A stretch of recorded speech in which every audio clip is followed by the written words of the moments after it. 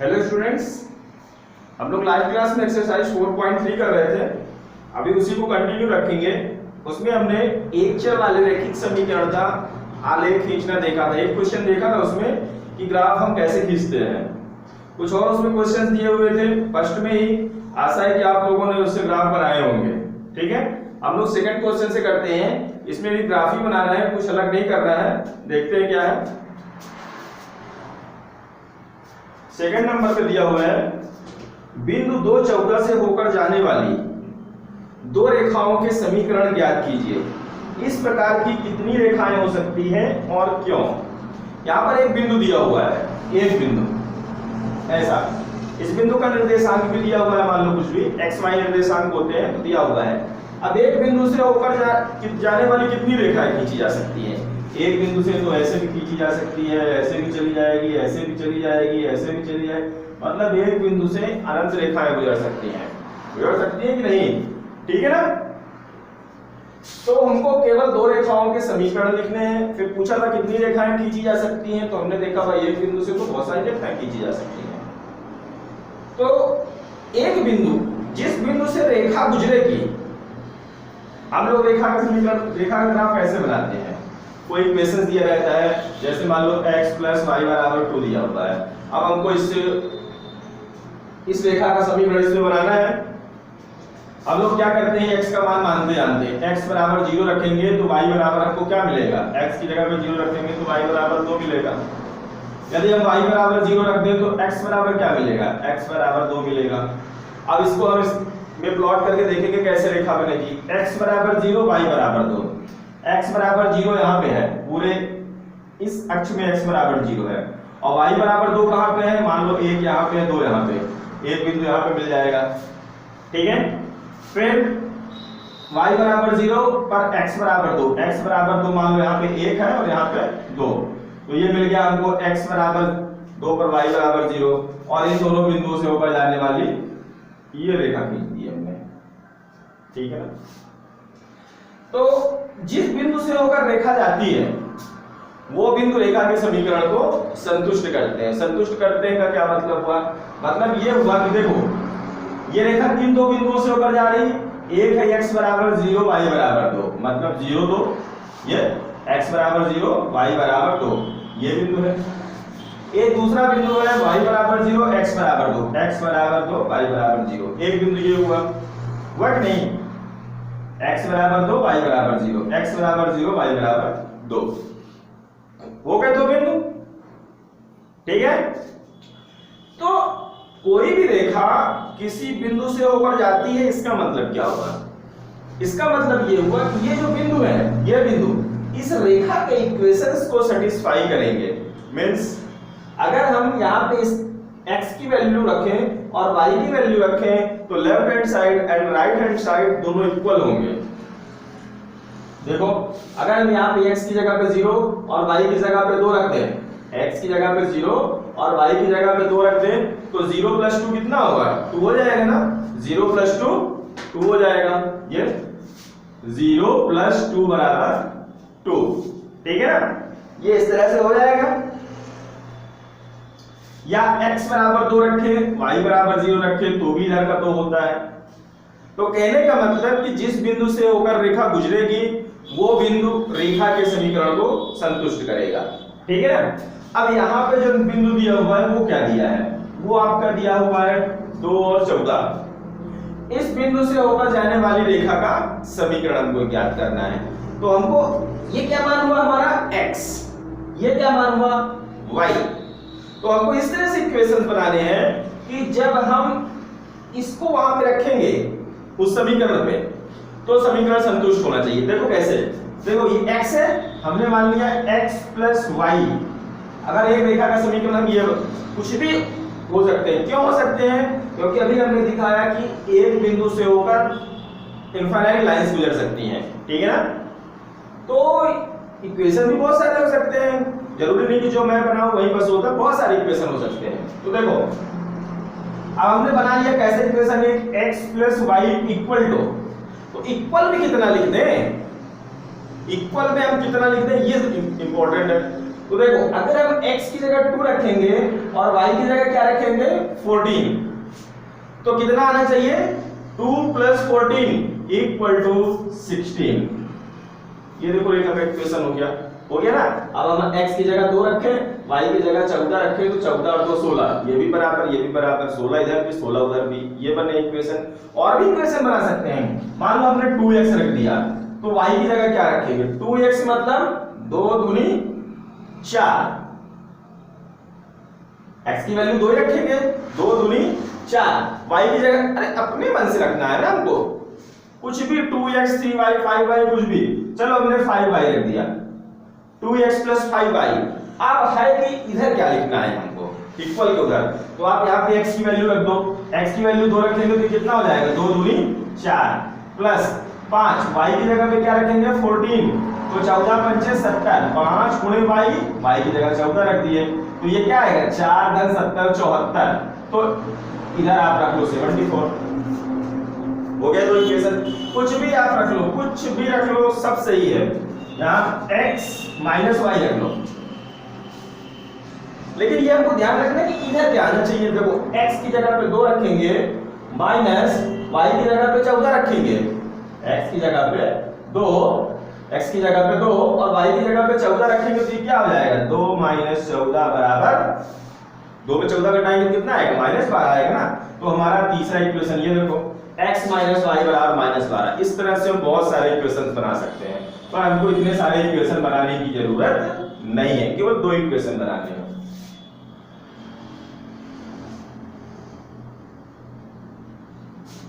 बिंदु 2 14 से होकर जाने वाली रेखा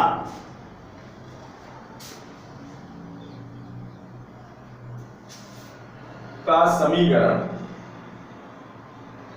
इस बिंदु से होकर जो रेखा जाएगी उसका समीकरण इस बिंदु को सेटिस्फाई करेगा, ठीक है ना, संतुष्ट करेगा।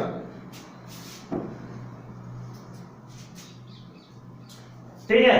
अतः रेखाओं के समीकरण, अतः रेखा के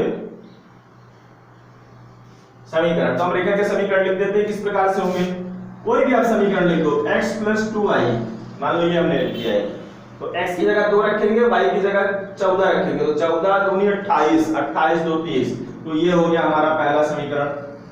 ठीक है। और कुछ रख लो, 2x - y रख लो, 2x बराबर क्या होगा 2 दूनी 4 -14 बराबर -10। बहुत सारे इक्वेशन हो सकते हैं, आप कुछ भी रख लो, सब सही है। ठीक है। हमको 2 ही रखने थे, हमने 2 लिख दिए। और आगे क्या पूछा था इसमें, इस प्रकार की कितनी रेखाएं हो सकती हैं,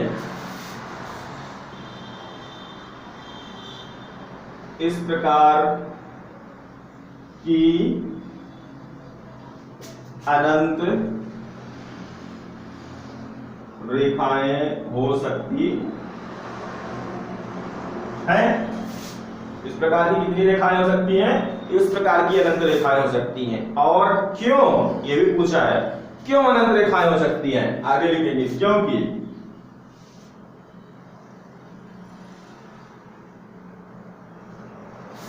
किसी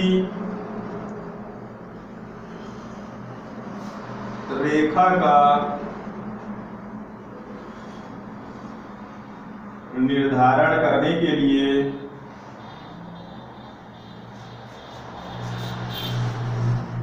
कम से कम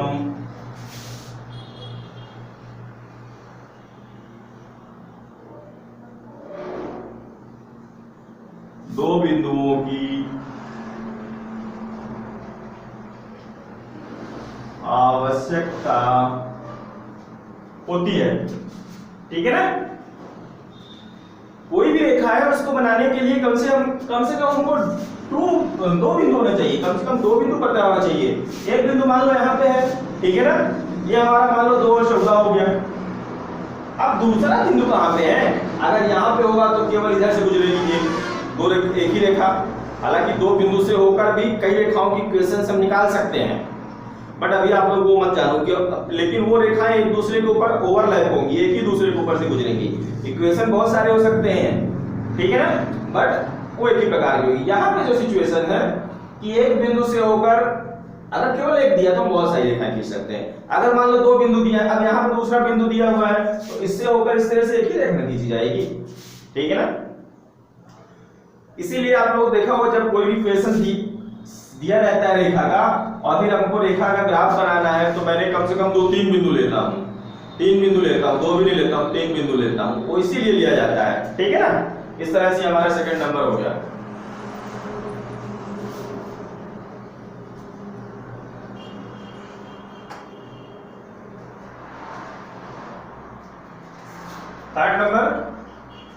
थर्ड नंबर दिया हुआ है यदि बिंदु 3, 4 समीकरण के आलेख पर स्थित है तो ए का मान ज्ञात कीजिए। एक बिंदु दिया हुआ है, कोई भी बिंदु दिया हुआ है, यदि वह किसी रेखा पर स्थित है, किसी रेखा पर स्थित है तो इसका मतलब होता है कि वह उस रेखा के समीकरण को सेटिस्फाई कर रहा है, ठीक है ना। तो यहां पे दिया है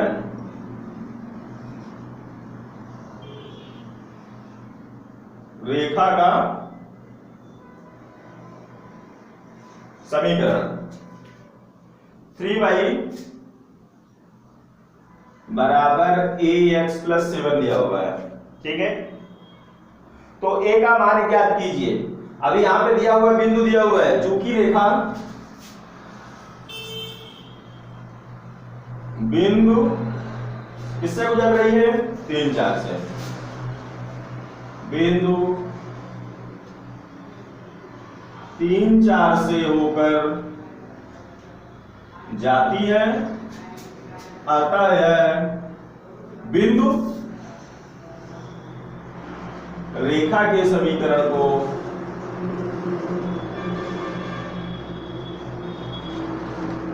संतुष्ट करेगा।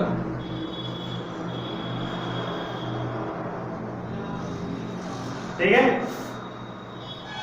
ये जो रेखा है ये इस बिंदु से होकर जा रही है, ठीक है, ये बिंदु रेखा पर है और अगर कोई बिंदु रेखा पर स्थित है तो वो बिंदु रेखा के समीकरण को संतुष्ट करेगा। संतुष्ट करेगा मतलब हम x और y की वैल्यू रेखा के समीकरण में पुट कर देंगे तो दोनों साइड क्या होगी, इक्वल। दोनों साइड मतलब लेफ्ट साइड और राइट साइड इक्वल होगी। अतः x बराबर 3 तथा y बराबर 4 रेखा के समीकरण में रखने पर, ठीक है, रख देते हैं। x की जगह पे 3 और y की जगह पे 4 इस रेखा के समीकरण पे रख देते हैं। रखने पर तो ये हो गया, देखो 3 इंटू y की जगह पे क्या रखना है 4 equal to a into x की जगह पे रखना है 3 प्लस 7, ठीक है। ये हो गया 3 चौको 12 बराबर 3a प्लस 7, 3 चौको 12 बराबर 3a प्लस 7। 7 को इधर लेके आते हैं बराबर के, 12 माइनस 7 बराबर 3 है। 12 में 7 घटाएंगे तो 5 बराबर 3 है। तो यहां से 3 को इधर लाएंगे तो हमको a की वैल्यू निकालनी है तो 5/3 हो जाएगा, इधर आएगा तो बटा पे हो जाएगा बराबर a, या इसी को हम लिख सकते हैं a बराबर 5/3। इस तरह से हमने a का मान निकाल लिया, ठीक है। चलिए नेक्स्ट क्वेश्चन करते हैं।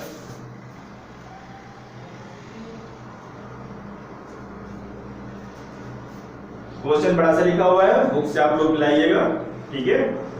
एक नगर में टैक्सी का किराया निम्नलिखित है। टैक्सी, अपने ऑटो चलता है तो ऑटो में बहुत सारी सवारी बैठ जाती है ना, भाई तुम भी बैठ जाओ 10 रुपए दे देना, तुम भी बैठ जाओ, तुम भी बैठ जाओ, तुम भी बैठ जाओ। बहुत लोग बैठा के 10-10 रुपए ले लेता है। बड़े बड़े शहरों में ऐसा नहीं होता, वहां क्या होता है टैक्सी पे मीटर लगा रहता है।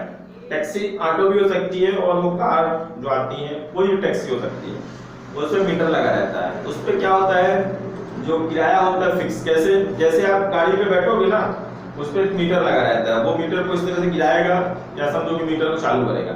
जैसे वो मीटर को चालू किया, आप बैठे, गाड़ी स्टार्ट किया, गाड़ी जैसे स्टार्ट होगी तो सबसे पहले गाड़ी को आगे बढ़ाएगा नहीं, पहले अपना मीटर स्टार्ट कर देगा। जैसे मान लो मीटर स्टार्ट हुआ तो उसके मीटर पे आप बैठे नहीं कि मान लो 10 रुपए उसका निश्चित किराया है, फिक्स किराया है, हर जगह खर्च उसका अलग अलग फिक्स होता है, 10 रुपए है, 15 रुपए है, जितना है। आप बैठे नहीं कि उसने मीटर गिराया और आपका मीटर गिरा तो 15 रुपए आ गया। अब आप चाहे आपको उतर जाओ तुरंत ही, भाई हमको नहीं जाना है, तो भी आपको 15 रुपए देने पड़ेंगे क्योंकि उसने मीटर चालू कर दिया, 15 रुपए आ गया। ये फिक्स चार्ज है, ये तो आपको देना पड़ेगा, चाहे आप आधा किलोमीटर जाओ, चाहे 100 मीटर जाओ और चाहे 500 मीटर जाओ, ये आपको फिक्स किराया है, ये आपको देना ही देना पड़ेगा, ठीक है। ये फिक्स कहलाता है। उसके बाद क्या करते हैं, उसके बाद जैसे जैसे प्रति किलोमीटर के हिसाब से किराया बढ़ता जाता है। ये तो फिक्स हो गया कि 15 रुपए आप बैठे नहीं तो तुरंत आपका 15 रुपए बता दिए कि भाई 15 रुपए हो गए केवल बैठने का, ठीक है। उसके बाद जितने डिस्टेंस कवर करोगे, जितनी दूरी पर आप जाते जाओगे, हर किलोमीटर का किराया फिक्स होता है कि 1 किलोमीटर गए तो 20 रुपए लगा, तो 15 ये और 20 वो, कितना हो गया 35 रुपए। तो इस तरह से होता है। अब हमारा जो सवाल है, एक नगर में टैक्सी का किराया निम्नलिखित है। पहले किलोमीटर का किराया 8 रुपए है। उसमें क्या है, अगर आप टैक्सी में 1 किलोमीटर यात्रा करोगे तो 8 रुपए है, अपने यहाँ भी फिक्स है ना। थोड़ा सा भी बैठ के उतर गए, आधा किलोमीटर जाओ तो भी 10 रुपए, 1 किलोमीटर जाओ तो भी 10 रुपए, 2 किलोमीटर जाओ तब भी 10 रुपए लेते हैं। बिल्कुल सेम वही सिचुएशन है। पहले किलोमीटर का किराया 8 रुपए है, ठीक है। अगर कोई 1 किलोमीटर जाता है तो उसका किराया कितना है, 8 रुपए। उसके बाद की दूरी के लिए प्रति किलोमीटर किराया 5 रुपए है। अगर 1 किलोमीटर जाओगे तो 8 रुपए, 2 किलोमीटर जाओगे तो 8 पहले किलोमीटर का और दूसरे किलोमीटर का 5 रुपए, तो 8 और 5 13। और अगर 3 किलोमीटर गए तो पहले किलोमीटर का 8 फिक्स है, फिर जितना जितना जाते जाओगे तो 5 जोड़ते जाओ, तो 2 और जोड़ लो, 5 5 10 और 8 18 रुपए, ठीक है ना। और आगे देखते हैं, यदि तय की गई दूरी x किलोमीटर है, कोई आदमी है, अब इसमें डिस्टेंस नहीं बता रहा भाई 5 किलोमीटर क्या, कितना बता रहा कि यदि तय की गई दूरी x किलोमीटर है और कुल किराया y रुपए है, ठीक है ना। ये पैसे को और दूरी को नहीं बताया कि भाई ये कितना कितना है, x और y से डिपेंड डोनेट कर दिया, ठीक है ना डिवीजन। तो इसका एक रैखिक समीकरण लिखिए और उसका आलेख बनाइए। हमको एक रैखिक समीकरण बनाना है, फिर उसका ग्राफ खींचना है, ठीक है। देखिए कैसा है ये क्वेश्चन नंबर हमारा, ये 4 नंबर का दिया है। पहले किलोमीटर तय की गई कुल दूरी दिया है, तय की गई दूरी बराबर x किलोमीटर। कोई आदमी कितनी दूरी तय किया, x किलोमीटर, और कुल किराया y रुपए।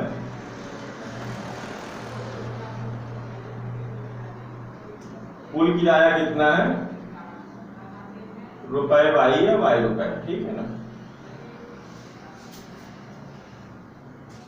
अब देखो अब हमको एक इक्वेशन बनाना है, रैखिक समीकरण, ठीक है ना, और फिर उसके लिए ग्राफ। तो इक्वेशन कैसे बनेगा, तय की गई कुल दूरी कितनी थी, इस दूरी को हम 2 भागों में बांटेंगे। क्यों 2 भागों में बांटेंगे भाई, इस टोटल दूरी को 2 भागों में बांटेंगे। क्यों, क्योंकि 1 किलोमीटर का किराया अलग है ना, और बाकी के किलोमीटर का किराया अलग। तो हम इससे कुल दूरी से 1 किलोमीटर निकाल लेंगे, कुल दूरी से 1 किलोमीटर निकाल लेंगे। इसको इस तरह से लिख सकते हैं, कुल दूरी बराबर प्रथम किलोमीटर या पहला किलोमीटर, क्योंकि इसका किराया अलग है ना,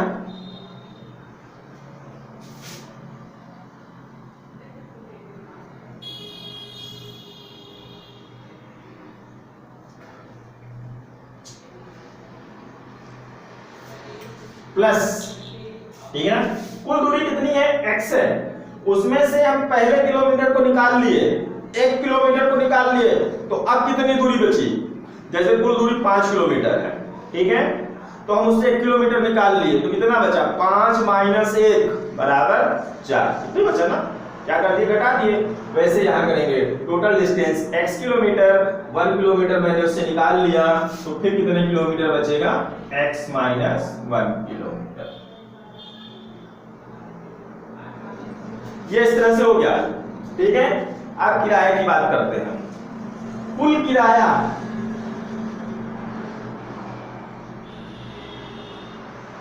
बराबर पहले किलोमीटर का किराया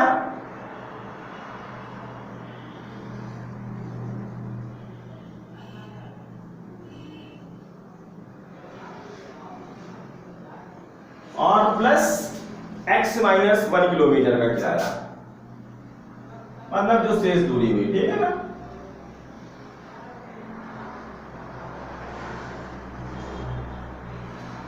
कुल किराया कितना था भाई? y था। मैंने इसकी जगह पे लिख दिया y इक्वल टू पहले किलोमीटर का किराया कितना था? सवाल में दिया है पहले किलोमीटर का किराया कितना है? 8 रुपए। तो इसकी जगह पे हमने लिख दिया 8 प्लस शेष दूरी कितनी है? x माइनस 1 किलोमीटर का किराया। तो पहले किलोमीटर के बाद जो शेष दूरी बचती है उसके लिए किराया कितना होगा? शेष जो दूरी हो गई और इनटू शेष दूरी जो भी हो गई और इनटू बाद का किराया कितना दिया हुआ है? 5 रुपए।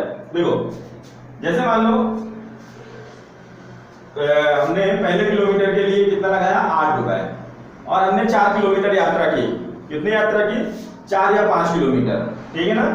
तो पहले किलोमीटर के लिए 8 रुपए, 4 किलोमीटर की, तो अब कितना किलोमीटर बचा? 3 किलोमीटर।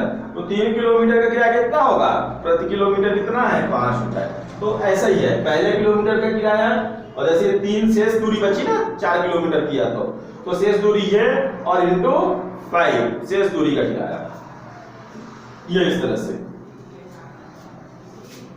ये हो गया y इक्वल टू 8 प्लस इसका गुणा करेंगे 5x माइनस 5, ठीक है। तो ये हमारा हो जाएगा y इक्वल टू 5x को पहले लिख देंगे 8 माइनस 5 और 8 में 5 घटाएंगे तो 3। ये बन गया हमारा लीनियर इक्वेशन, रैखिक समीकरण बन गया। यही हमको बनाना था। अब हमको इसके लिए ग्राफ खींचना है, ठीक है ना। ग्राफ खींचने के लिए हमको x और y दो वैल्यू पता होनी चाहिए, तब ना खींचेंगे। तो हम यहाँ पे x के मान रख लेते हैं कुछ, तो y के मान मिल जाएंगे, ठीक है ना। अब x बराबर 0 रखने पर, x बराबर 0 यहाँ पे रखेंगे तो y बराबर क्या मिलेगा? 5 गुणे 0 प्लस 3। तो 5 में 0 का गुणा करेंगे तो 5 नहीं आएगा, 5 में 0 का गुणा करेंगे तो 0 आएगा। 0 प्लस 3 बराबर 3। तो x बराबर 0 पर y बराबर क्या मिल गया? 3। और मान रख लेते हैं x बराबर 1 रखने पर, x की जगह पर 1 रखेंगे तो y बराबर क्या मिलेगा? 5 गुणे 1 प्लस 3, 5 एकम 5 प्लस 3 बराबर 8। x बराबर 1 पर y बराबर क्या मिल गया? 8। x बराबर 1 पर y बराबर 8। दो मान हो गए। चलो एक और निकाल लेते हैं। अब क्या रख लिया जाए? x बराबर माइनस में भी रख सकते हैं मान, प्लस है प्लस जरूरी नहीं, माइनस रख लो। चलो x बराबर -1 रखने पर, चलो -1 रख लेते हैं। कहां पे रख लेते हैं? यहीं पे, इसी इक्वेशन पे सब रखना है। y इक्वल टू हो जाएगा हमारा 5 गुणे x की जगह पे क्या रख लिया? -1, ठीक है ना। ये 5x का मतलब होता है 5 गुणे x, तो 5 गुणे -1 और प्लस 3, तो ये हो गया 5 एकम 5, 5 में -1 का गुणा करेंगे तो -5 और प्लस 3, -5 प्लस 3, माइनस बड़ी संख्या है ना, 5 में 3 घटाएंगे 2, और बड़ी संख्या पे माइनस है इसलिए -2। इस तरह से हमको x y के मान मिल गए ना। अब हम इसके लिए SRT बना लेते हैं। एक्स वाई, ठीक है, और जो मान मिले हमको उसको यहाँ पे रख देते हैं। देखो x बराबर 0 रखा, x की जगह पे 0 तो y इक्वल टू 3, x की जगह 1 तो y equal to 8, -1 then y equal to -2, ठीक है। अब हम इसके लिए क्या बनाएंगे, अब हम इसके लिए आलेख बनाएंगे, ठीक है ना। एक ग्राफ खींचते हैं इसका, ठीक है। ये जब हमको साइड से ग्राफ खींचना है, इसके लिए मैं इसको रेस करता हूं, आप लोग लिख लेना, ठीक है। चलो इतने में आ जाएगा ग्राफ। अगर ग्राफ कागज में बनाओगे तो बहुत अच्छी बात है, ग्राफ पेपर में बनाओगे तो, और अगर ग्राफ पेपर में नहीं बनाओगे, प्लेन पेपर पे बनाओगे तो थोड़ा सावधानी से बनाया जाएगा, ठीक है। ये हो गया हमारा मूल बिंदु, ये हो गया हमारा एक्स एक्स, ये हमारा हो गया वाई एक्सिस, ठीक है। ये हो गया हमारा X dash axis and Y dash, ठीक है। एकदम इक्वल डिस्टेंस पे मैंने कई बार बताया कि मान होने चाहिए। कितने मान रखने हैं आप यहां से देख सकते हो। x का अधिकतम मान 1 है तो 1 तक भी रखोगे तो चल जाएगा, ठीक है। उधर -1 है, इधर -1, पर हो गया हम -2 -3 तक रख लेते हैं। y की वैल्यू सबसे ज्यादा 8 है तो कम से कम 8 तक तो बनाना ही पड़ेगा। 1 2 3 4 5 6 7 8। भाई ये जो लिखे हुए हैं ये सब ध्यान रखना है, इक्वल डिस्टेंस पे बनाना है। जितनी दूरी पे ये उतनी दूरी पे ये उतनी दूरी पे ये, अदरवाइज ग्राफ के पन्नों पर ही बनाना है, ठीक है। ये नहीं कि आपको एक यहाँ बनाओ फिर 2 यहाँ फिर 3 को चिपका दो उसी के साथ में, एकदम बराबर रहना चाहिए। इसी तरह नीचे की ओर -1 -2 -3 -4, ये हो गया। अब हम इसको यहाँ पे प्लॉट करते हैं। क्या है x बराबर 0, जो y एक्सिस है इस पूरी लाइन पे x का मान क्या होता है, 0 होता है, मतलब कहीं भी हो सकता है वो भी तो। बट y इक्वल टू क्या दिया हुआ है, 3, तो y एक्सिस पे देखो 3 कहाँ लिखा हुआ है, तो y एक्सिस पे नीचे तो -3 लिखा है, 3 यहाँ पे लिखा है। तो इस लाइन पे सभी जगह पे 0 है और y बराबर 3 यहाँ पे है, मतलब ये 0 3 बिंदु हमको यहाँ पे मिल गया, ये 0 3। फिर x बराबर 1 वो कहाँ लिखा हुआ है, x बराबर 1 हमको कहाँ मिलेगा, x अक्ष पे मिलेगा ना, x बराबर 1 x अक्ष पे, तो x बराबर 1 ये मिल गया, ये लिखा हुआ है। अच्छा यहाँ पे लिखा हुआ था, ठीक है। बिल्कुल जब x बराबर 1 है तो उसके करस्पॉन्डिंग y का मान कितना है, 8 है। अब y बराबर 8 कहाँ मिलेगा, जाहिर है कि y अक्ष पे मिलेगा, ढूंढ लेते हैं। नीचे तो होगा नहीं, नीचे तो माइनस होता है, ऊपर ही होगा। ये देखो y बराबर 8 आ गया। इसका कैसे पॉइंट नोटेशन करते हैं, एकदम 1 के सीधी रेखा होनी चाहिए और 8 से सीधी रेखा, जहां पे दोनों काटेंगे वही पॉइंट हो जाएगा। ग्राफ पे बनाओगे तो यहां से ऑलरेडी एक लाइन खींची रहेगी। हालांकि इसके लिए एक स्केल आप लिखना जरूरी है, पैमाना 1 सेंटीमीटर। कोई भी ग्राफ बनाने के पहले हमको उसका पैमाना लिखना पड़ता है, ठीक है। 1 सेंटीमीटर बराबर 1 अंक, मतलब हम सारे ये जो नंबर्स लिखे हुए हैं सब कितनी डिस्टेंस पे हैं, 1 सेंटीमीटर पे, चाहे वो x एक्सिस पे लिखा हो चाहे वो y एक्सिस पे लिखा हो, सब 1 सेंटीमीटर दूरी पर है, ठीक है ना। तो 1 हमको मिल गया यहाँ पे। तो अब क्या हम ढूंढ रहे हैं, x बराबर 1 यहाँ पे मिल गया, y बराबर 8 यहाँ पे लिखा है। तो एकदम सीधी रेखा, मैंने बताया ग्राफ पे बनाओगे तो कुछ भी ढूंढने की जरूरत नहीं, इधर से भी लाइन खींची रहती है और इधर से भी। प्लेन पे बनाओगे तो ध्यान रखना है एकदम पटरी लगा के ऐसे सीधे और इधर से सीधे एकदम बराबरी पे रहना चाहिए ये बिंदु, 1 और 8 के एकदम बराबर में। तो ये हमको मिल गया बिंदु कौन सा, 1 और 8। अगला है x बराबर -1 पर y बराबर -2। अब x बराबर -1 कहाँ मिलेगा, x का मान है तो x अक्ष में मिलेगा, -1 कहाँ मिलेगा, इस साइड मिलेगा, ये देखो -1 लिखा हुआ है। y बराबर -2 कहाँ मिलेगा, y का है तो जाहिर है कि y अक्ष पे मिलेगा, ऊपर तो प्लस रहता है नीचे ही मिलेगा, ये देखो -2। तो x बराबर -1 लिया, y बराबर -2 मिलता है। तो ये -1 से सीधी लाइन और -2 से सीधी लाइन यहां कहीं पे काट सकती है, काटे। ये देखो x बराबर -1 लिया और y बराबर -2, यहां पे कहीं पे काटेगी। ये हमारा बिंदु हो गया x बराबर -1 और y बराबर -2। तो हमको 3 बिंदु मिल गए, एक ये और एक ये। अब आपको पट्टी रखना है। जब पट्टी रखोगे तो तीनों बिंदु पर एक साथ पट्टी रखोगे और तीनों बिंदु एकदम एक रेखा पे दिखेंगे और फिर हम क्या करेंगे, उससे होकर जाती हुई एक यहाँ पे x बराबर थोड़ा सा इस तरह से, उससे जाती हुई एक रेखा इस तरह से एकदम सीधी रेखा मिलेगी। मेरी थोड़ी टेढ़ी हो सकती है बट आप लोग पटरी से खींचोगे तो एकदम सीधी रेखा मिलेगी इस तरह से। ठीक है, इस तरह से हमको ग्राफ बनाना है।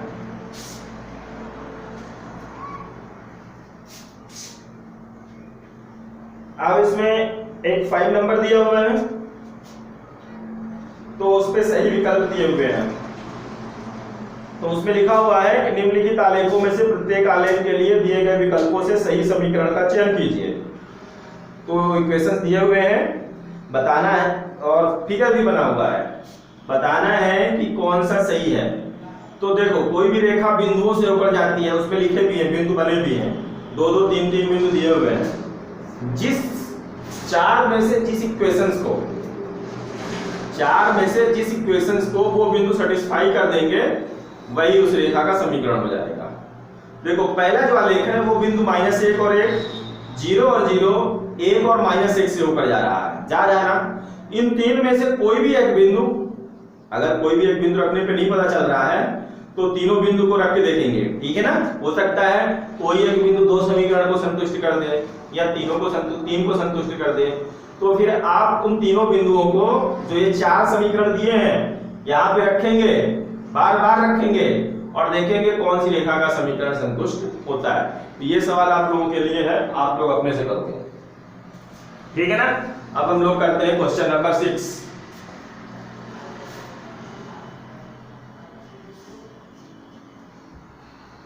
क्वेश्चन नंबर 6 दिया हुआ है,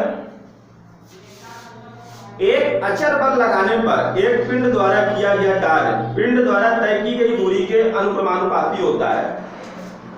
अब हम जाहिर है किसी एक को धक्का मारेंगे तो आगे खिसक जाएगा कि नहीं खिसकेगा? अरे किसी टेबल को जब धक्का मारेंगे तो आगे खिसक जाती है ना, बिल्कुल वही है। ठीक है, एक अचर बल लगाने पर एक पिंड द्वारा किया गया कार्य पिंड द्वारा तय की गई दूरी के अनुक्रमानुपाती होता है। ठीक है ना, हम उस पे कांस्टेंट फोर्स लगाए तो निश्चित तौर से वो कुछ आगे बढ़ेगी। उसमें लिखा हुआ है कि पिंड द्वारा कितनी दूरी तय की जाती है, जितना बल लगाएंगे उसके अनुक्रमानुपाती होता है। इस कथन को 2 चरों वाले एक समीकरण के रूप में व्यक्त कीजिए। 2 चर मतलब x y, जो ये कह रहा है इसको 2 चर वाले रैखिक समीकरण में बनाओ और अचल बल 5 मात्रक लेकर इसका आलेख भी खींचिए। इसका आलेख भी खींचना है। ठीक है ना, अचल बल 5 लेना है। वो जो हम लिखा है ना कि एक अचल बल लगाने पर तो कितना बल लगा रहे हैं उसको वाला बोल रहा है कि उसको 5 ले लेना भाई। आलेख खींचिए, फिर आगे कुछ और क्वेश्चन दिया हुआ है तो पहले हम लोग इक्वेशन बनाते हैं। इसमें दिया हुआ है क्वेश्चन नंबर 6। ठीक है ना, क्या दिया हुआ है कि पिंड पर लगाया गया बल पिंड द्वारा किया गया कार्य पिंड द्वारा तय की गई दूरी के अनुक्रमानुपाती होता है। माना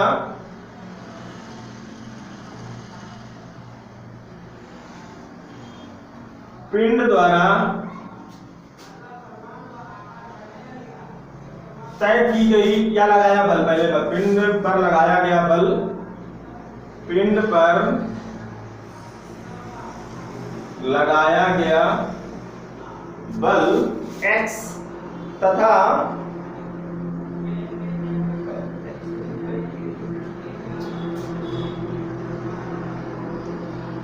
माना पिंड द्वारा किया गया कार्य, ठीक है ना, x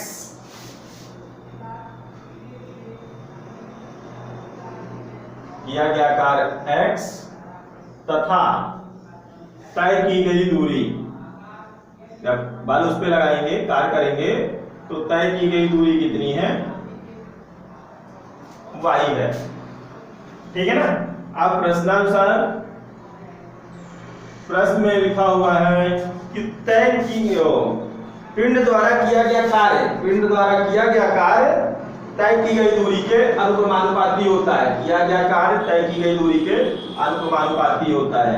ये इस तरह से x प्रोपोर्शनल टू y, पिंड द्वारा किया गया कार्य ये अनुक्रमानुपाती का चिन्ह है, तय की गई दूरी के अनुक्रमानुपाती होता है। इसको इस तरह से लिख सकते हैं, x बराबर, ये प्रोपोर्शनल को हटा के हमने लिख दिया fy। यहां लिखेंगे जहां f एक कांस्टेंट है, नियतांक है, स्थिरांक है, कुछ भी लिख सकते हैं। कांस्टेंट है, ठीक है। f एक नियतांक है, नियतांक मतलब उसकी वैल्यू फिक्स रहेगी, जो भी रहेगी, तो ठीक है ना। अब हमको यहाँ पे क्या लेना है, लिखा हुआ है f बराबर क्या लेना है, 5 लेने पर लिखा है ना, f बराबर 5 मात्रक लेकर, तो f बराबर 5 लेने पर, f बराबर 5 लेंगे तो हमको मिल जाएगा x बराबर 5y। ठीक है, x बराबर 5y। तो ये हमारा वो इक्वेशन बन गया जिस इक्वेशन को बनाने के लिए बोल रहा था। अब हमको आलेख खींचना है, तो यहाँ पे मान रखते जाएंगे, हमको मिलता जाएगा। ठीक है ना। इस बार y के मान रख देते हैं हम लोग, जरूरी नहीं कि हमेशा x के रखें। y बराबर 0 रखने पर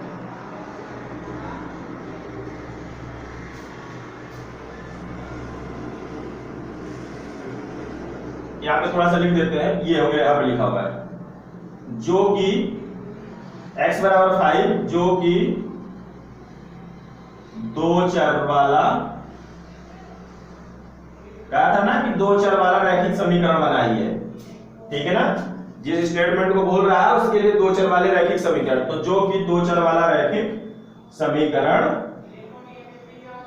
है। ठीक है, अब हम इसके लिए आलेख बनाएंगे, उसके लिए हम y की वैल्यू रख दिए, y बराबर 0 रखने पर x बराबर क्या आ जाएगा, y की जगह 0 रखेंगे, 5 गुणे 0 बराबर 0, और मान रखते हैं y बराबर 1 रख देते हैं, y बराबर 1 रखने पर x बराबर क्या मिल जाएगा, x बराबर 5 गुणे 1, 5, 2 मान हो गए, एक और रख देते हैं, y बराबर -1 ले लेते हैं, माइनस के मान ले सकते हैं, जरूरी नहीं प्लस ही प्लस लो, -1 लेने पे तो x बराबर क्या मिलेगा, 5 गुणे y की जगह पे -1, तो ये हो जाएगा x बराबर 5 एकम 5 और माइनस है इसलिए -5। 3 मान ले लिए हमने, बस 3 बहुत है। अब हम क्या बना लेंगे, एक सारणी बना लेंगे, x y, x बराबर क्या है, जो हमने लिया y बराबर, चलो y से ले दो, y बराबर 0 लिया तो x की वैल्यू कितनी मिली थी, 0 मिली थी। y बराबर क्या लिया, 1, तो x बराबर क्या मिला, 5, y बराबर -1, तब x बराबर क्या मिला, -5। ठीक है, अब इससे होकर जाने वाला हम ग्राफ बनाएंगे। ठीक है, इधर ग्राफ बना लेते हैं।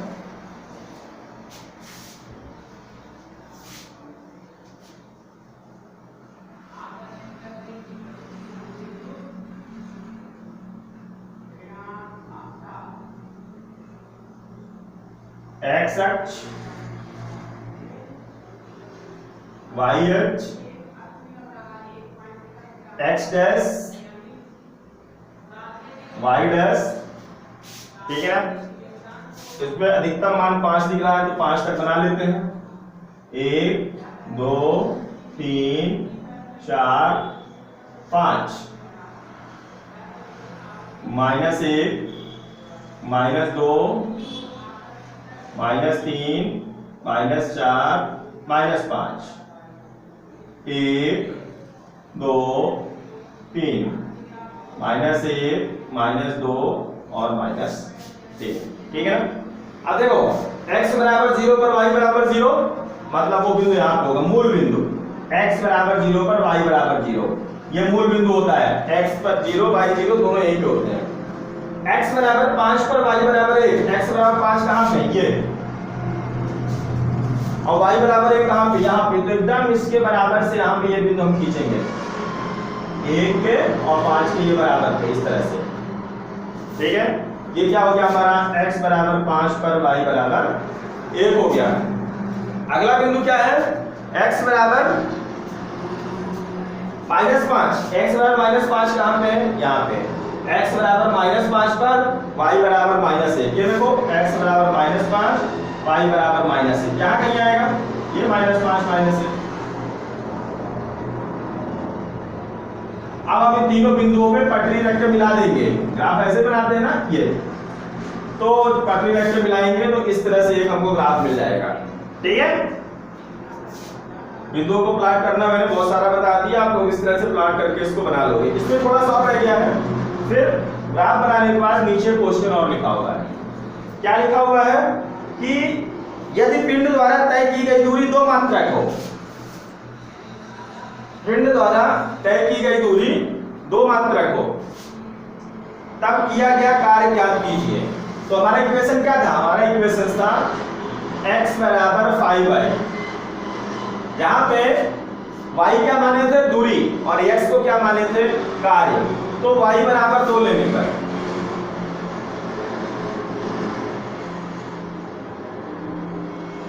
किया गया कार्य x बराबर 5 गुणे 2 बराबर कोई भी यूनिट होगी, ठीक है ना, 10 मात्रक। फिर एक और है y बराबर 0 मात्रक लेने पर, y बराबर 0 लेने पर किया गया कार्य x बराबर 5 गुणे 0 बराबर 0 मात्रक। ठीक है, तो इस तरह से आज हमने कुछ सवाल लगा लिए, एक आध सवाल बचे हुए हैं तो उसको हम नेक्स्ट डे देखेंगे। ठीक है ना, आज के लिए इतना ही, अपनी अपनी नोटबुक में कर लीजिएगा। Thank you.